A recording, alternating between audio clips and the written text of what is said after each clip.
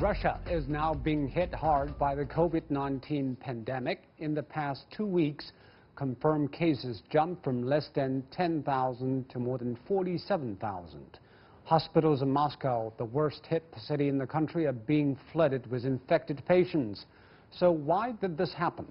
How will the Russian healthcare system cope with the pandemic? And with Russia now the main source of imported COVID-19 to China, what new challenges has this created for the pandemic control? To discuss these and more, I'm pleased to be joined by Dan Ashby, CGTN correspondent in Moscow, Dr. Kamil Alai, co-president of the Institute for International Health and Education, and Pavel Fegenhauer, Russian defense analyst. That is our topic. This is Dialogue. I'm Zhou Yue.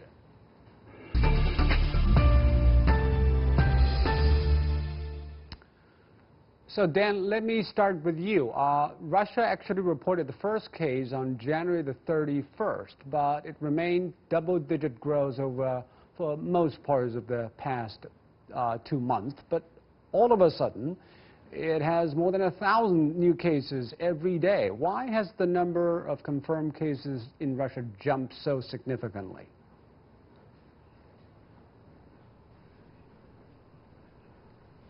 Well, I think it's just hitting its peak right now. Russia had a little bit of a delayed response to coronavirus. At first, President Putin said the situation was under control, and Russia went into lockdown a bit later than, say, Italy and the United Kingdom. So they were seeing very low numbers to start with, but then they started to pick up, and it became obvious that Moscow was going to be the real focus of efforts to stop coronavirus. As you say, in the past few days, we've seen numbers like more than 6,000 new cases a day, more than 4,000 new cases today, Monday, for instance. But now the authorities are saying the next 2 weeks is going to be the real peak for Moscow. They are scrambling to get more hospital beds and to get everything ready.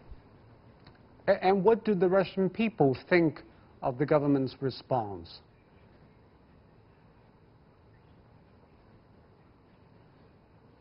Well, at the moment, we're seeing President Putin's popularity ratings drop, and historically he's had very high popularity ratings, but they are dropping to levels that we haven't seen in years and years. So I think people are very concerned, and that's partly because a notable doctors' union here, the Doctors' Alliance, has been hugely critical of the government's response. They say that the majority of doctors do not have the right personal protective gear, that there's not enough oxygen, that there aren't even enough doctors, they say. And then just in the last week or so, we've had these pictures emerge of queues and queues of ambulances going on for more than 1 kilometre, and people realizing that there were coronavirus patients inside just waiting to get into hospital. So that has shaken most Russians' belief in the government. They're also, a poll suggested, quite suspicious of the government's numbers, because Russia has a very low death rate, one of the lowest in the world, but a poll that came out recently showed that many people just don't believe those figures. So a tough time for President Putin and the government, but you would perhaps expect that when you have a crisis like this that's going to hit the economy, hitting people's economic lives and, of course, their actual lives as well. And to have the actual number of infections, probably you need to carry out as widespread testing as you can. How are the Russians doing in terms of testing?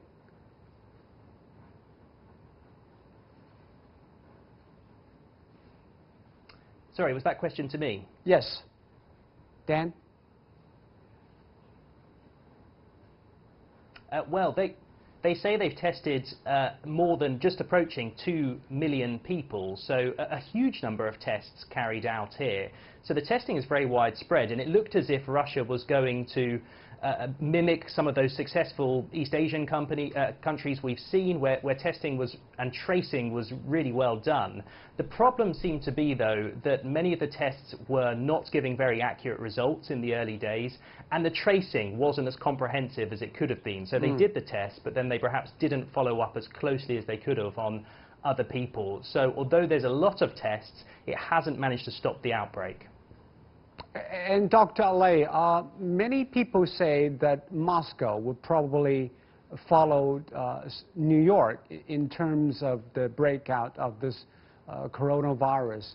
What do you make of what is happening in Russia now?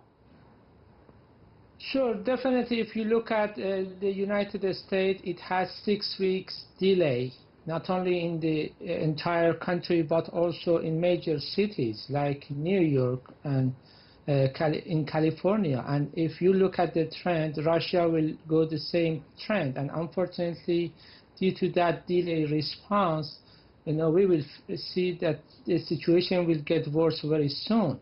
And the question is that beside the number of cases which are detected is the sensitivity of tests, because as you know, in several countries the sensitivity of tests is very low, as low as 30%, which means that there are a lot of people may got infected but they don't know that they are infected, and they may transmit infections to their family members. And also is the way that is approached, it's very important. So it needs to be more proactive, and to have the tracking of the people who have been exposed over the past 2 weeks with the person who is infected is very important. So it's the big question that to what extent Russia is very proactive to screening those who have been infected. And actually, Russia was among the first countries to shut with China in early February. And why didn't Russia see this coming? So that's a great question. Closing the border is one thing which may delay, the early response. For example, look at Turkey right now. That Turkey, closed the borders with China very early compared to Iran. But over the time, there were enough numbers that entered to the country. And if the government was not very serious to respond, was the result that it faced a huge problem. Now, if you look at number of Turkey, it's even greater than Iran. So this is the same case in Russia, that delay in responding while closing the borders was able to postpone early, outbreak. But later on, when the number of infected entered to the country, that's enough to, affect significantly all the provinces. And then, of course, we will understand that Russia already imposed quarantine and social distancing measures, but are Muscovites and people elsewhere following those rules strictly? So that's a great question. So given well, that is the big question, and it's really hard to get a let good Dan first grip on answer that question, please. Dan.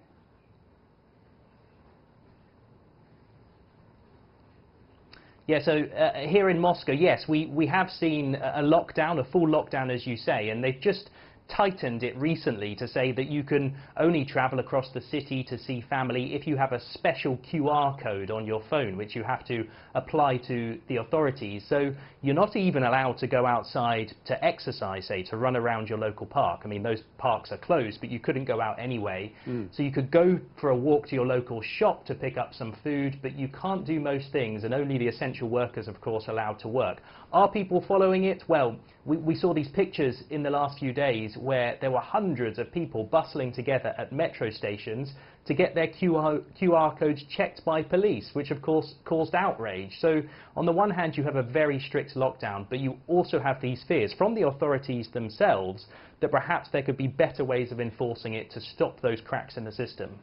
What are those better ways to enforce those rules? And are people in Russia well informed about this pandemic and the threat it can pose?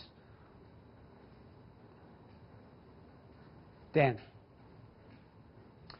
I think they have tried to make it stronger here. As I say, the QR codes have made it much stricter, because that's really sending a message to the authorities to show your exact movement. And one of the interesting things that they've done here in Moscow is to use facial recognition, CCTV cameras, which of course were used to prevent crime around Moscow. Now they're being reused to track people's movements. 170,000 cameras in Moscow alone, and they say that they can look at people who are breaking the quarantine. So I think those kind of deterrents have put people off moving around, but they've also of course led to outrage here from civil rights activists who say you shouldn't be doing that type of surveillance on an innocent civilian population. So a real debate going on, but I think what's going to be the biggest deterrent are just those numbers themselves. People seeing those pictures of the hospitals, hearing stories, shocking stories of people dying.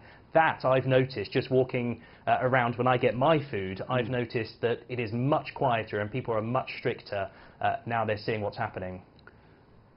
But I presume, Dan, that those people in Moscow watch television every day and saw what happened to Wuhan and to New York, to Spain and Italy. And you just mentioned that there are ambulances lining up outside hospitals. Can the Russian medical care system cope with a sudden surge of patients? What will happen if there is a demand outstripping supply?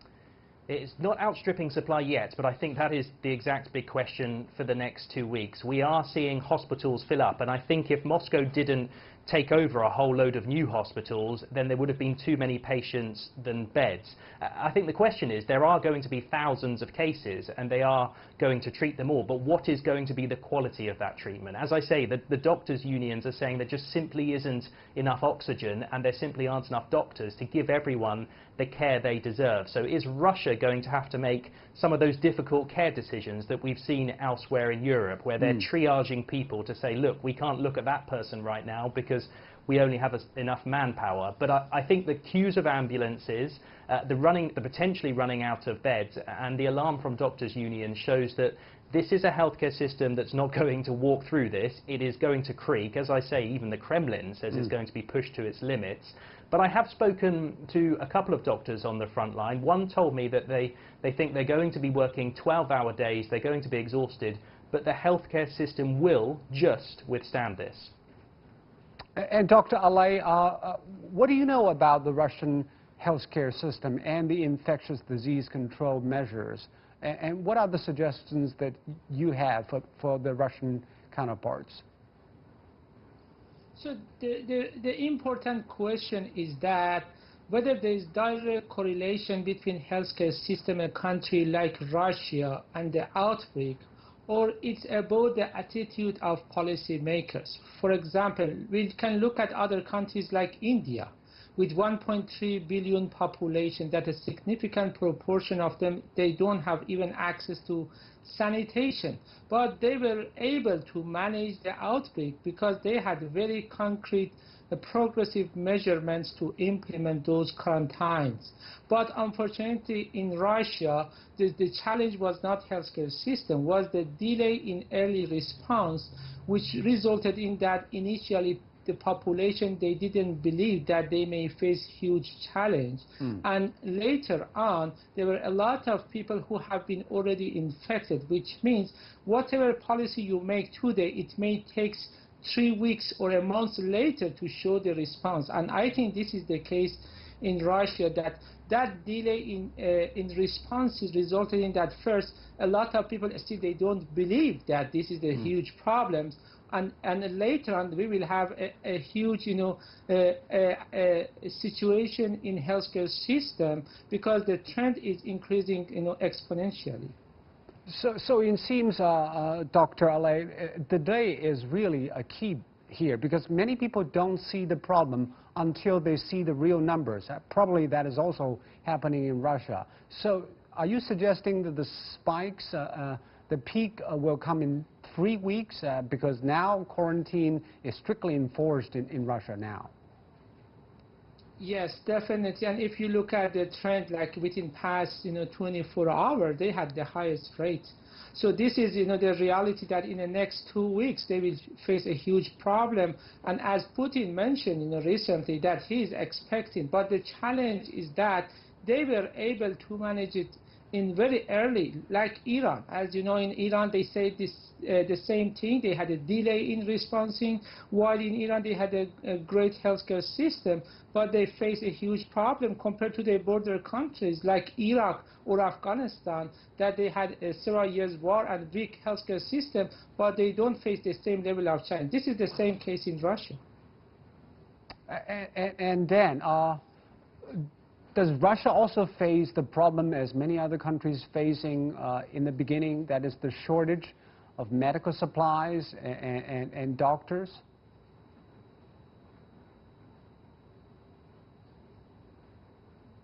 Yes, exactly. I mean, Russia has quite a robust healthcare system, but, you know, there's that legacy from the Soviet Union of investment in science and development. So compared to many countries, Russia has quite a good healthcare system, but nowhere near prepared enough for what it was about to hit by coronavirus. And of course, Russia has huge borders. Although some of those borders have now been closed, it's dealt with an influx of coronavirus cases, and it hasn't closed it down quickly enough. So the health system wasn't ready for the spikes that we're seeing now. So they've had to get hold of new hospitals, as I say, and there were real questions about the quality of the testing and whether they've got the right amount of ventilators, whether some of these Russian laboratories were following the same standards as Europe, and that has caused some problems in the system. I think the good thing, though, is that the state here is quite strong, and in this regard it's a good thing because they've been able to just take control of hospitals. They haven't been hampered by bureaucracy or anything like that, and they are trying to spend a lot of the state resources. Remember, Russia has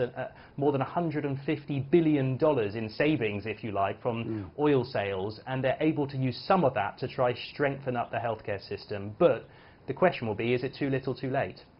And earlier we mentioned a little bit about the accuracy of the numbers in Russia.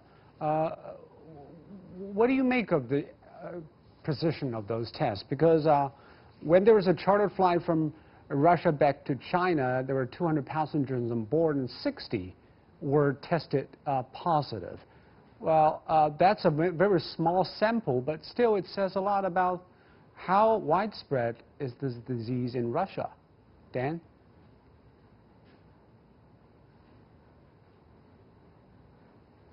Yes, exactly.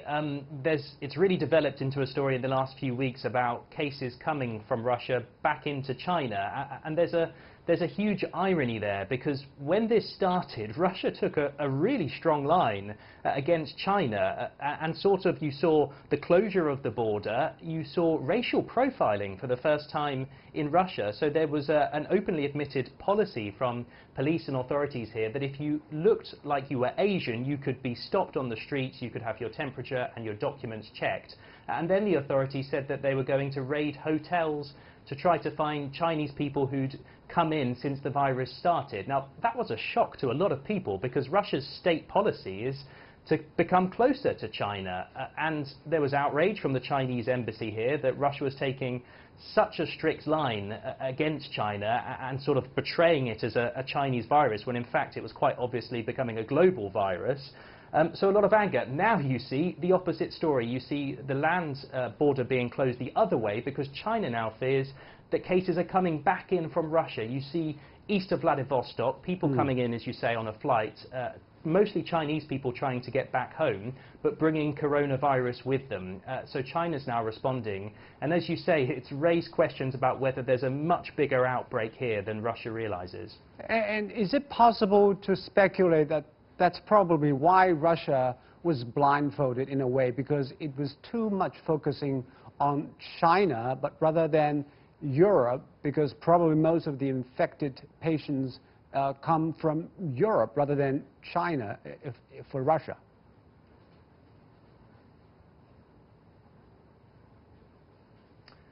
Well, I think it was politically expedient. Of course, at the time, I mean, it's easy to forget now, but at the time it seems like a Chinese story, and I think President Putin thought that he could take relatively low-cost measures. I mean, they were pretty big at the time, but not compared to the lockdown that we've seen now. So I think he thought that was an expedient, relatively cheap measure he could take. And like many leaders, he perhaps underestimated just how big this virus was going to spread globally and all the different ways it was going to travel across the world. So, as you say, although they took measures to close the border against China, they didn't stop European travel, and quite apparently he didn't estimate the strength of that. So he was also reluctant to go into full lockdown because he knew the cost to the Russian economy. He knew that his popularity ratings would drop. So I think he was hoping that that would be enough to stave it off from China, if you like, when clearly that was never going to be enough, and now he's had to take much stronger measures. All right, we bring Pavel Feckenhauer on the line. So Pavel, the Russian economy, Dan just mentioned that, is facing double whammy, as low oil price and now is worsening public health crises. How is Russian economy hanging?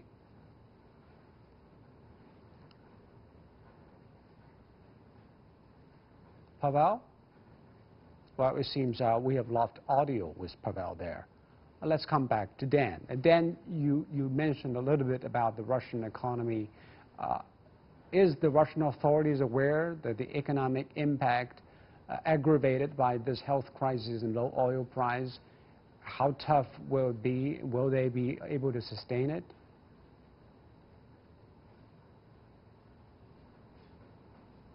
Yes, it could be a really big challenge, because some of the worst estimates are saying that you might see 15% unemployment. We're talking 7 to 10 million Russians unemployed, and there are some really poor parts of Russia. Although over President Putin's time poverty has gone down, there's still widespread poverty.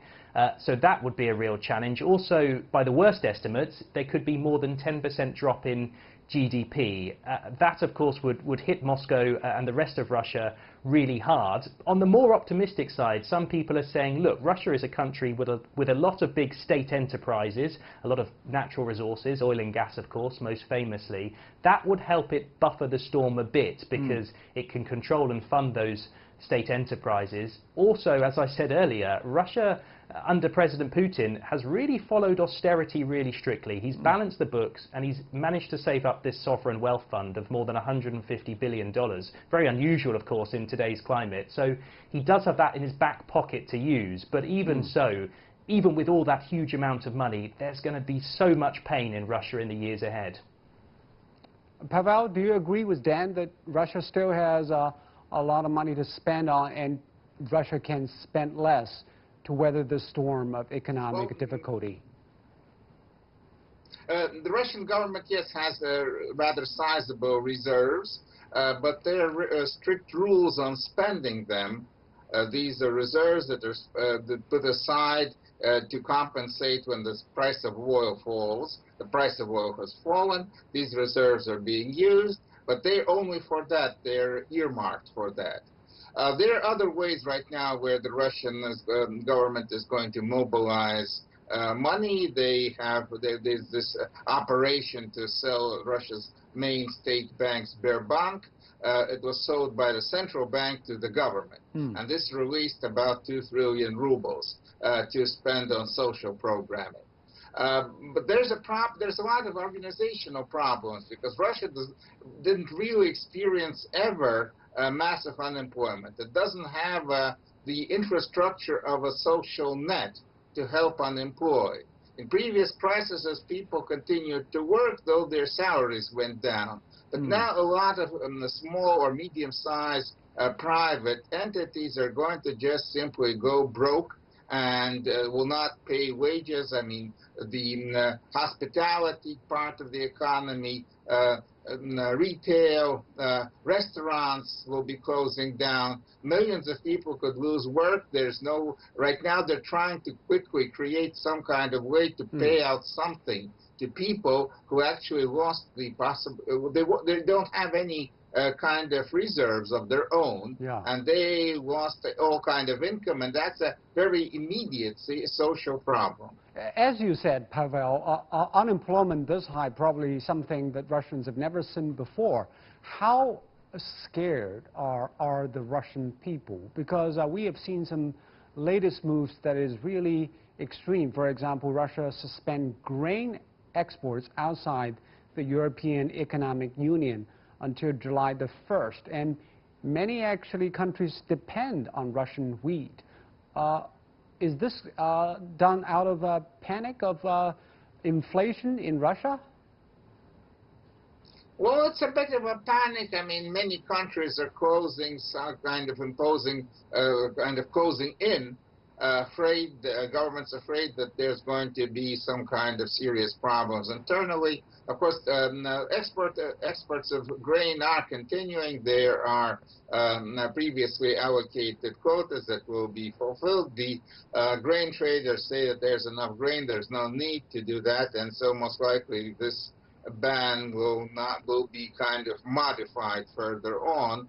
But there are serious problems not only with grain, there's problems with medicine, very serious problems, not only in Russia, because a lot of it was, what was even made in Russia was made using precursors coming from other countries, from India, from China, from European countries. and the whole world kind of globalization is now grinding to a halt, and there can be very serious problems in places where we can't even maybe easily imagine. Sudden things are going to disappear, and that's going to cause a lot of pain, and in some cases even deaths, if we're talking about that there will be shortages of medicine. And different kind of fields, not only in coronavirus. And earlier, Dan mentioned that in the beginning of this outbreak, Russians did carry out sort of a racial profiling against the Chinese because the virus first emerged in Wuhan. But recently, President Xi and President Putin talked on the phone, reaffirming mutual support in the fight against COVID-19. How do you think the two countries and people can work together to combat this?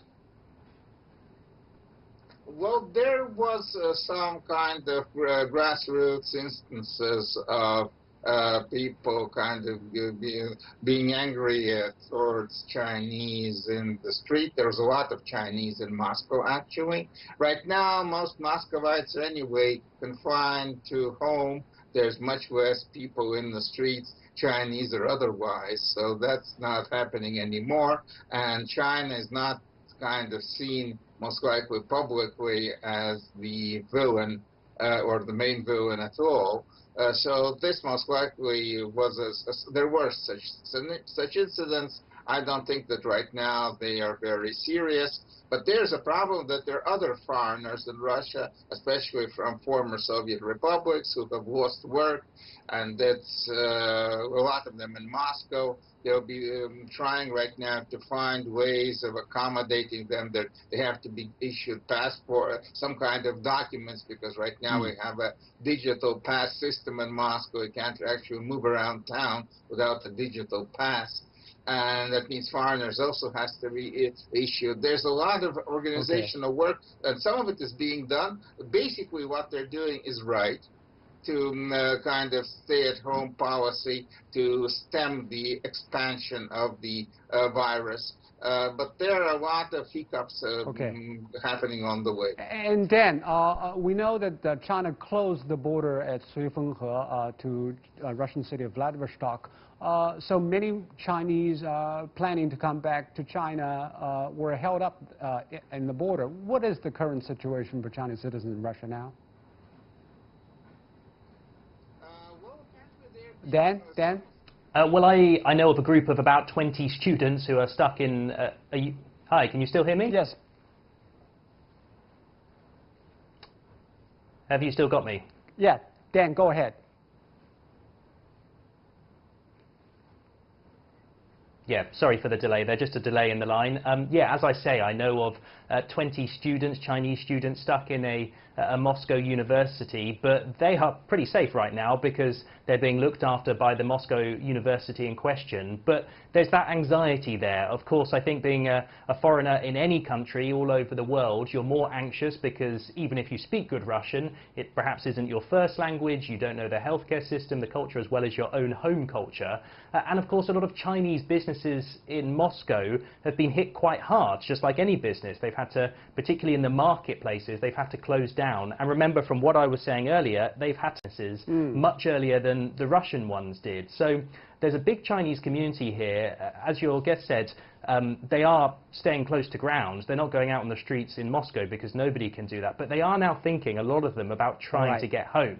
So that's where this sudden story emerged of people getting out via Vladivostok, because there's no way to get out via Moscow. We are running out of time. So they fly to Vladivostok and then cross the border there. Thank you very much, Dan. Now, but people will still try it. There's a bit of a delay, so it's kind of tricky for us to carry on.